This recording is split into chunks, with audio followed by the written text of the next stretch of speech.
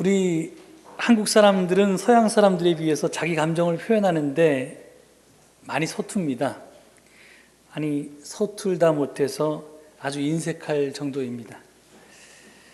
어떤 청년이 오랜만에 고등학교 동창회에 가서 친구들과 재미나게 학창시절 이야기를 나누고 있었답니다. 그런데 마침 그 청년의 여자친구로부터 전화가 왔습니다. 청년은 여자친구에게 친구들이 전화 끊으라고 난리다, 내가 나중에 전화할게 하면서 전화를 끊으려고 했답니다. 그러자 여자친구가 자기야, 뭐 나한테 할 말 없어? 이렇게 물었습니다. 무슨 말? 그리고 청년이 되물었더니 그 여자친구가 시옷으로 시작되는 말 있잖아, 그렇게 말했답니다. 청년은 그게 뭔데? 이렇게 또 되물었습니다. 여자친구가 답답하다는 듯이 시옷자로 시작해서 해자로 끝나는 말, 이렇게 답했습니다. 그런데 그 청년은 그래도 모르겠다고 버텼습니다. 이 청년의 전화가 길어지자 옆에 있던 친구가 빨리 전화를 끊으라고 다그쳤습니다. 그래서 청년은 나는 도저히 모르겠다, 그냥 끊자, 이렇게 말했습니다. 그랬더니 여자친구가 화난 목소리로 이렇게 말했습니다. 시옷자로 시작해서 해자로 끝나고 모두 세 글자야, 이제 알겠어? 이 힌트를 듣고서야 그 청년이 아, 이제 알았다 하면서 말했습니다. 수고해.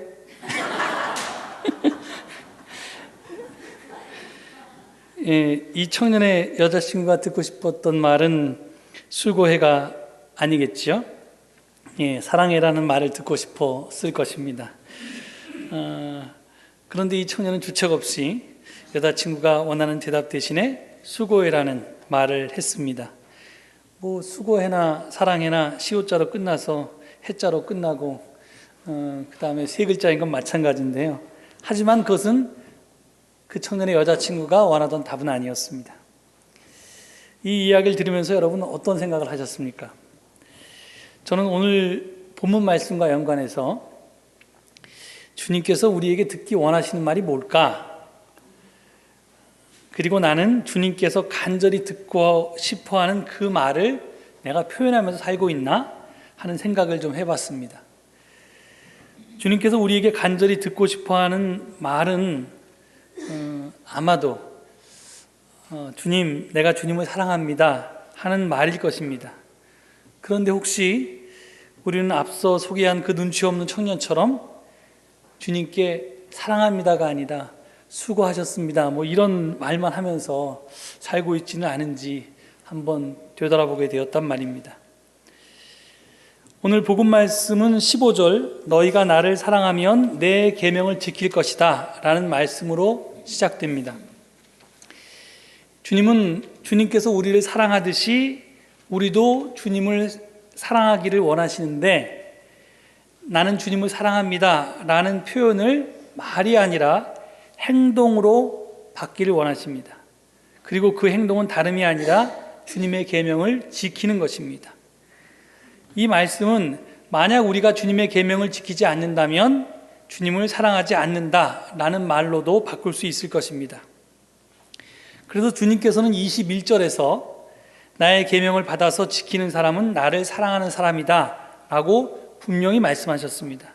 그리고 오늘 본문은 아니지만 조금 지나서 23절에서는 누구든지 나를 사랑하는 사람은 내 말을 지킬 것이다 라고도 말씀하셨습니다.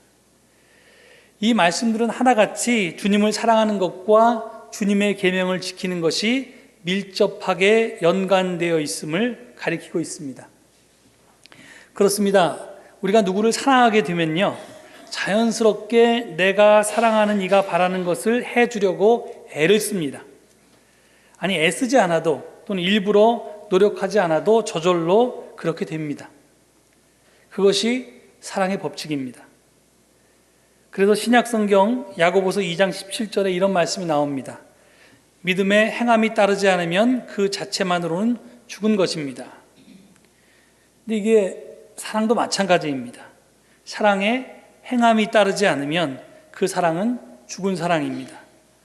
그래서 주님께 대한 사랑에 있어서 만약에 우리가 실천이 뒤따르지 않는다면 그것은 바로 죽은 사랑이 되는 것입니다. 이렇듯 사랑과 행함, 사랑과 계명을 지키는 그런 순명은 둘이 아니라 하나입니다. 이렇게 오늘 본문은 주님을 사랑하는 것과 주님의 계명을 지키는 것이 서로 뗄래야 뗄 수 없는 관계에 있음을 말하고 있습니다. 그런데 여기서 주님이 말하는 계명은 구체적으로 무엇을 말하는 걸까요? 성경에서 말하는 계명은 여러 가지입니다. 그런데 요한복음으로 범위를 좁힌다면 그 계명은 다름 아닌 이웃사랑이라고 할 수 있습니다. 요한복음 13장 34절에서 주님께서는 이렇게 말씀하셨습니다. 이제 나는 너희에게 새 계명을 준다. 서로 사랑하여라. 내가 너희를 사랑한 것 같이 너희도 서로 사랑하여라. 주님께서는 이 말씀을 한 번만 하신 것이 아니고요, 아주 여러 번 하셨습니다. 15장 12절에서도 주님께서는 내 계명은 이것이다. 내가 너희를 사랑한 것과 같이 너희도 서로 사랑하여라 하고 똑같은 말씀을 반복하십니다. 서로 사랑하라. 이것이 주님의 계명입니다. 이 계명은 지키면 좋고 안 지켜도 할 수 없는 그런 선택사항이 아닙니다. 옵션이 아닙니다. 반드시 지켜야만 하는, 안 지키면 안 되는 필수사항입니다. 영어로 하면 requirement죠. 그러니까 15절의 말씀은 너희가 나를 사랑하면 내 계명을 지킬 것이다 라고 하는 그 15절의 말씀은 너희가 나를 사랑하면 서로 사랑하여라 라는 말씀으로 바꾸어 표현해도 될 것입니다. 반대로 말하면 너희가 만약에 서로 사랑하지 않으면 나를 사랑하지 않는 것이다 라는 말이 됩니다. 이 말씀이 무슨 뜻이냐면요, 주님 사랑과 이웃 사랑이 별개가 아니라는 것입니다. 주님 사랑은 이웃 사랑을 통해서 드러나고 또 이웃 사랑 없는 주님 사랑은 거짓이란 말이 됩니다. 그래서 요한 1서 4장 20절은 이렇게 증언합니다. 누가 하나님을 사랑한다고 하면서 자기 형제자매를 미워하면 그는 거짓말쟁이입니다. 보이는 자기 형제자매를 사랑하지 않는 사람이 보이지 않는 하나님을 사랑할 수 없습니다. 이렇게 단정적으로 얘기합니다. 눈에 보이지 않는 하나님을 사랑한다고 말하면서 어떻게 눈에 보이는 형제를 사랑하지 않을 수 있느냐. 그는 다 거짓말이다. 이렇게 얘기하는 겁니다. 근데 이게 요한 계통의 서신서에만 나오는 게 아니라 마태, 마가, 누가 이 세 공간 복음서에도 비슷한 말씀이 나옵니다. 어떤 율법학자가 모든 계명 가운데 가장 으뜸되는 것이 무엇입니까? 이렇게 물으니까 주님께서는 첫째는 이것이다. 내 마음을 다하고 내 목숨을 다하고 내 뜻을 다하고 내 힘을 다하여 너의 하나님이신 주님을 사랑하여라. 그리고 둘째는 이것이다. 내 이웃을 내 몸과 같이 사랑하여라. 이 계명보다 더 큰 계명은 없다. 이렇게 대답하셨습니다. 분명 율법학자는 모든 계명 중에 으뜸되는 것이 무엇이냐, 첫째가 되는 것이 무엇이냐 이렇게 물었습니다. 그런데 당연히 첫째가 되는 것, 으뜸이 되는 것은 하나여야 하는데 최상급은 결코 둘일 수가 없는데, 그런데 주님께서는 하나가 아닌 둘을 대답하셨습니다. 정확하게 말하면 둘처럼 보이는 하나를 말씀하셨는데 그것은 하나님 사랑과 이웃 사랑입니다. 이 둘은 결코 둘이 아니라 둘처럼 보이는 하나라는 뜻입니다. 우리 동서고금을 막론하고 많은 종교인들이 크게 착각하고 있는 것이 있는데, 그것은 하나님과의 관계가 타인과의 관계하고는 상관이 없다 이렇게 믿는 것입니다. 그러니까 우리가 교회를 나오는 이유도 내가 하나님과의 이 관계를 유지하기 위해서, 하나님과의 수직적인 관계를 유지하기 위해서 내가 교회에 나온다 이렇게 생각하는 겁니다. 그리고 내가 나의 이웃과의 수평적인 관계는 어떻든지 간에 내가 믿음 생활하는 것과는 별로 상관이 없다 이렇게 생각합니다. 하지만 우리 기독교의 진리는 그것이 아닙니다. 나와 하나님과의 수직적인 관계는 나와 이웃과의 수평적인 관계 없이는 성립할 수 없다는 것이 바로 기독교의 진리입니다. 이것은 지금까지 살펴본 주님의 말씀을 통해서도 분명히 드러나지만 우리 기독교의 심장인 여기 있는 십자가를 통해서도 확실히 드러납니다. 십자가의 세로막대와 가로막대는 이게 두 개가 교차해야지만 십자가를 이루는데요, 위와 아래를 연결하는 세로막대는 하나님과 나와의 관계, 그리고 이 오른쪽과 왼쪽을 이어주는 가로막대, 이게 위와 아래를 이어주는 세로막대는 하나님과 나와의 관계, 그리고 오른쪽과 왼쪽을 이어주는 가로막대는 나와 이웃과의 관계, 이렇게 나와 이웃과의 사랑을 상징합니다. 세로막대나 가로막대 하나만으로는 십자가 될 수 없습니다. 십자가가 표현하고 있는 사랑은 하나님 사랑과 이웃 사랑이 만나는 것입니다. 세로막대와 가로막대 중 하나만 있으면 그것은 십자가가 아니라 그냥 작대기입니다. 마찬가지로 하느님 사랑과 이웃 사랑 가운데 어느 하나만 있다면, 그래서 다른 하나가 없다면 그것은 온전한 십자가 사랑이 아닙니다. 내 이웃을 사랑하라는 말을 우리는 교회를 다니면서 귀에 못이 박히도록 들었습니다.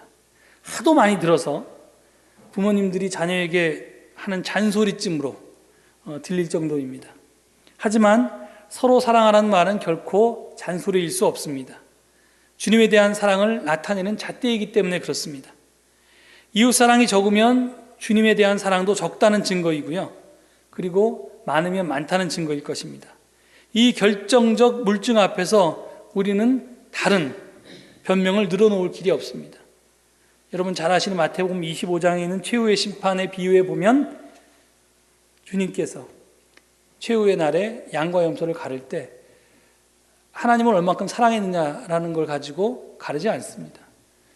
이웃에게 네가 어떻게 무엇을 하며 살아왔느냐 하는 걸 가지고 가릅니다. 그러니까 하나님 사랑이 이웃 사랑과 분리될 수가 없다는 뜻이죠. 따라서 이웃 사랑이 많고 적음이 우리를 심판하는 판결 기준이 됩니다. 이웃 사랑이 근데 과연 뭐냐? 다른 말로 하면 이 사랑이라는 말을 제가 컴패션으로 표현할 수 있다고 그랬는데요. 그 컴패션이라는 말이 뭐 자비라고도 번역되고 뭐 사랑이라고도 번역되고 긍휼이라고도 번역되고 여러 가지 단어로 번역될 수 있지만 하여튼 그 컴패션이라는 말이 사랑을 뜻합니다. 이걸 뭐 컴과 패션 함께 아파하는 그런 마음을 갖는 것입니다. 사랑이라는 게 다른 말로 하면 공감이죠. 우리가 남이 느끼는 아픔에 대해서 내 일처럼 함께 아파할 수 있는 마음이 사실은 이웃사랑의 출발점입니다. 우리가 뭐 세월호가 일어났을 때 그들 부모의 심정이 되어서 그냥 강 건너 불구경하는 것이 아니라 내 일처럼 함께 아파해 주는 것, 또 뭐 비정규직 노동자들이라든지 또 사회의 여러 약자들에게 그들이 그냥 남의 일이니까 안 됐다 이렇게 생각하는 것 정도가 아니라 그들의 아픔을 나의 아픔으로 느껴주고, 그래서 내가 정말 아픔을 느낀다면 내가 행동할 수밖에 없을 텐데 그런 것이 사실은 이웃 사랑입니다. 그런데 이제 이게 그렇게 느끼는 것도 이 출발인데 그걸 이제 행동으로 나서는 것은 우리의 현실에서는 생각만큼 쉽지가 않습니다. 특히 눈에 보이지 않는 이웃을 보이지 않는 이웃은 눈에 보이지 않는 하나님처럼 사랑하기가 쉽습니다. 이게 뭐냐면 나하고 좀 멀리 떨어져 있는 사람, 그러니까 예를 들어서 뭐 우리가 아프리카에는 어떤 굶어 죽어가는 소녀가 있다. 그러면 그들을 돕는 것은 내 눈에 그들이 직접 보이지 않기 때문에 그들을 위해서 성금도 낼 수 있고 또 도움의 손길을 펼치는데 그렇게 큰 고민이 없습니다. 그런데 문제는 이제 눈에 보이는 이웃입니다. 특히 나하고 삶을 부대끼며 살아가는 가까운 사람들, 가족이나 또는 우리 교우들이나 아니면 직장에서 동료들이나 이런 사람들을 사랑하기는 이게 쉽지가 않습니다. 나와 직접적인 이해관계가 얽혀있기 때문입니다. 그것은 남의 문제가 그냥 강 건너 불이 아니라 내 발등의 불처럼 나에게 직접적인 영향을 미치기 때문에 그게 쉽지가 않습니다. 때로는 남 때문에 내가 상처받습니다. 그리고 그 상처는 사랑을 방해합니다. 상처받았음에도 불구하고 마치 아무런 상처도 받지 않은 것처럼 남을 사랑하기란 정말 어렵습니다. 근데 주님께서는 이런 엄연한 현실을 모르고 서로 사랑하라 이렇게 말씀하셨을까요? 아닙니다. 주님은 누구보다도 가까운 사람들에게 상처를 많이 받으신 분입니다. 어머니와 형제 자매들은 주님을 미친 사람 취급했습니다. 3년간 동고동락했던 제자들은 끝내 주님을 배반했고 부인했고 도망쳤습니다. 그 상처는 우리가 받은 상처와 비교할 수도 없을 만큼 크고 아팠을 것입니다. 그럼에도 불구하고 주님께서는 제자들을 사랑하셨습니다. 요한복음 13장 1절은 이 사실을 이렇게 증언하고 있습니다. 유월절 전에 예수께서는 자기가 이 세상을 떠나서 아버지께로 가야 할 때가 된 것을 아시고 세상에 있는 자기의 사람들을 사랑하시되 끝까지 사랑하셨다. 여기서 자기의 사람들을 사랑하시되 끝까지 사랑하셨다는 말씀이 중요합니다. 특별히 끝까지라는 말이 중요합니다. 처음부터 끝까지 한결같이 사랑하셨다는 말입니다. 우리는 사랑할 만하면 사랑하고 그렇지 않으면 사랑하지 않습니다. 우리의 사랑은 이기적이고 자기중심적이어서 사랑을 주는 만큼 받으려고 합니다. 주었는데 받지 못하면 섭섭하고 심지어는 내가 주었는데 아무것도 안 주면 괘씸하기까지 하고 믿기까지도 합니다. 하지만 주님은 그렇지 않습니다. 사랑받을 만한 자격이 없는 제자들을 처음부터 끝까지 한결같이 사랑하셨습니다. 받지는 못하고 주기만 하시면서도 한결같이 사랑하셨습니다. 주님은 지금 우리에게 그런 사랑을 말씀하시는 것입니다. 그래서 그냥 서로 사랑하라 이렇게 말씀하시지 않았고요. 내가 너희를 사랑한 것 같이 이렇게 예를 분명하게 드셨습니다. 너희도 서로 사랑하라고 말씀하십니다. 이웃을 사랑하되 그냥 사랑하는 것이 아니라 내가 너희를 사랑한 것 같이 예수님이 우리를 사랑한 것 같이 그런 섬김의 사랑으로 십자가의 사랑으로 사랑하라는 것입니다. 여기에 바로 비밀이 있습니다. 우리는 자기중심적이고 이기적이어서 내가 나를 사랑하는 만큼 내 이웃을 사랑할 수가 없습니다. 하지만 주님은 우리가 나만큼 사랑할 수 없는 그 이웃을 우리 곁에 두셨습니다. 그리고 사랑하라고 하십니다. 그냥 사랑하는 척 하는 게 아니라 사랑하라고 하는데 그 사랑의 내용이 내가 너희를 사랑한 것처럼 내가 네 옆에 갖다 둔 너의 가족을, 너의 동료를, 너의 교우를, 너의 이웃을 사랑하라는 것입니다. 어렵고 힘이 들겠지만 그것을 통해서 주님의 사랑을 훈련하도록 하셨습니다. 그 사랑 훈련을 통해서 우리는 조금씩 주님의 사랑이 무엇인지를 눈뜨게 되고 그때야 비로소 하나님 사랑과 이웃 사랑이 하나 되는 참다운 십자가의 사랑을 깨달을 수 있게 될 것이기 때문입니다. 1990년대에 세계적으로 인기를 끌었던 세계 3대 테너가 있죠. 루치아노 파보로티, 그분은 작곡하셨는데 도밍고, 카레라스 이렇게 세 사람입니다. 물론 사람들이 정말 엄청나게 노래를 잘 부르는 파바로티를 제일 좋아하는 분도 계셨지만 굉장히 이 부드러운 목소리를 가진 도밍고나 또는 정말 홀딱 반할 목소리를 가진 카레라스의 노래도 좋아하시는 분들이 많았습니다. 근데 이 중에서 도밍고하고 카레라스는 같은 스페인 출신인데요. 이 사람들은 그냥 성악가로서 서로 라이벌이었을 뿐만 아니라 아주 앙숙이었습니다. 왜냐하면 스페인의 카탈로니아 지역 사람들은 마드리드 지역으로부터 이렇게 독립하려고 자치권을 쟁취하는 일로 두 지역이 이렇게 마드리드와 카탈로니아 지역 사람들은 이렇게 적대적이었는데요. 이게 우리가 남북이 적대적인 것처럼 또는 경상도와 전라도가 적대적인 거보다 이렇게 비교할 수 있을지 모르겠지만 굉장히 적대적이었습니다. 그래서 마드리드 출신인 도밍고와 카탈로니아 출신인 카레라스도 서로를 좋아하지 않고 이렇게 앙숙으로 지냈습니다.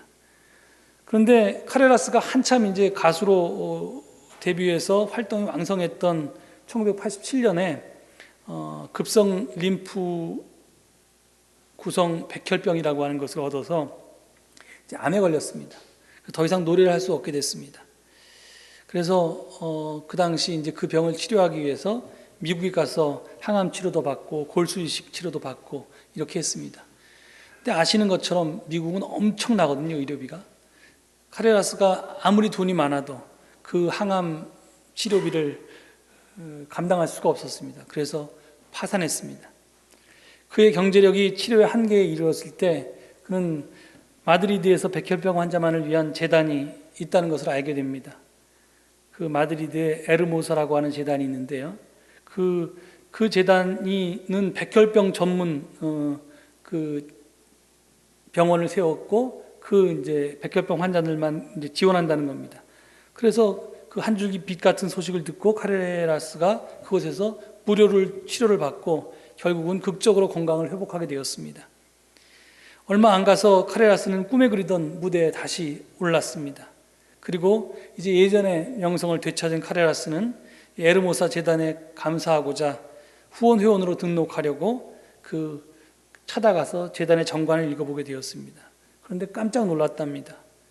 그 이유는 자기의 앙숙이었던 도밍고가 그 재단의 설립자였고 후원자의 리더였고 이사장이었던 것입니다.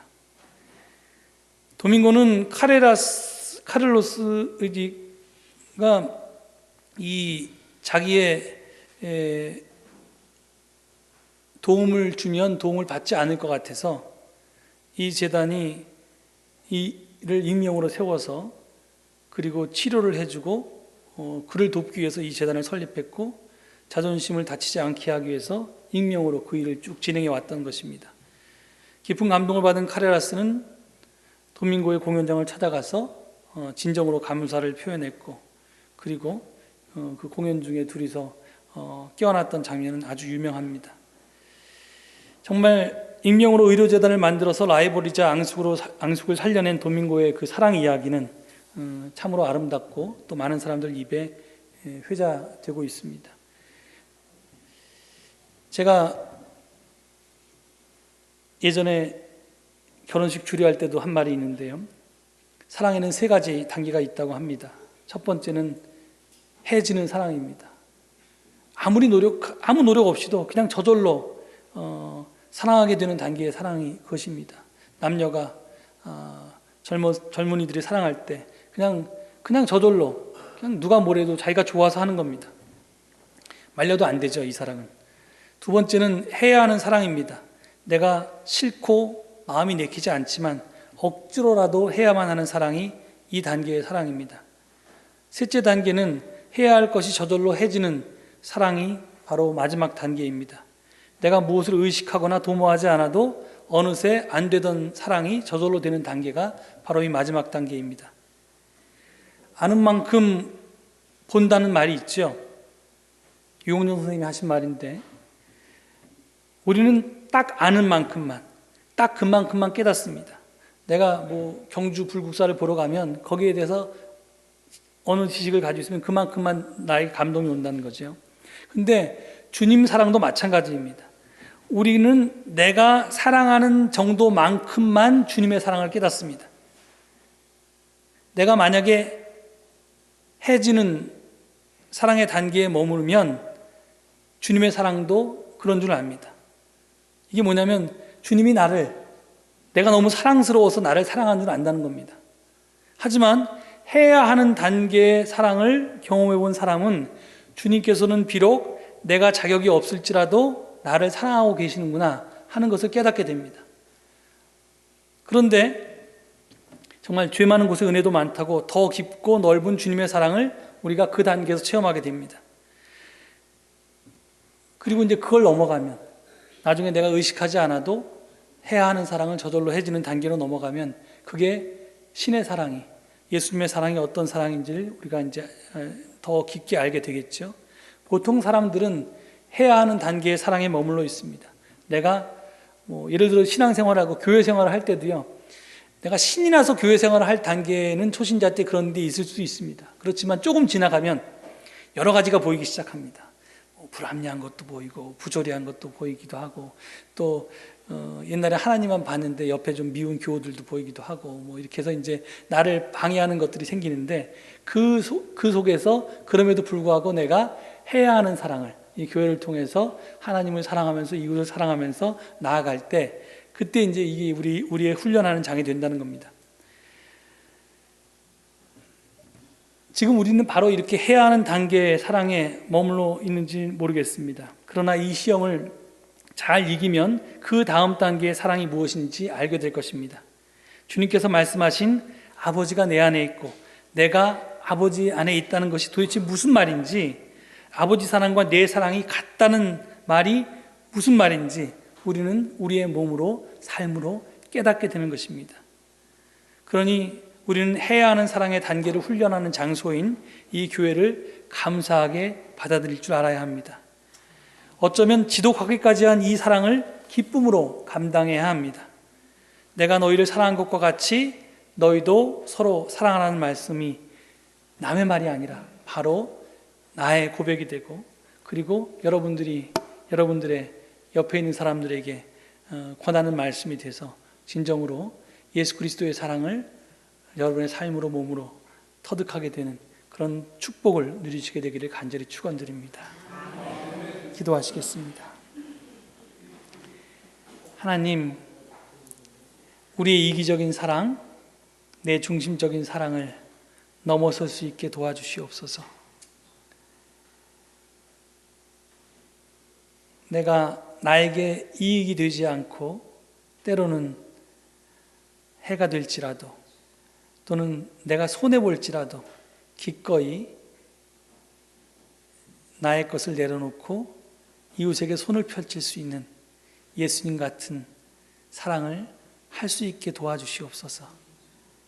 그것이 처음에는 억지로 해야 하겠지만 나중에는 예수님의 마음이 나의 마음이 되어서 저절로 해지는 단계까지 나아갈 수 있도록 주님, 우리를 이끌어 주시옵소서.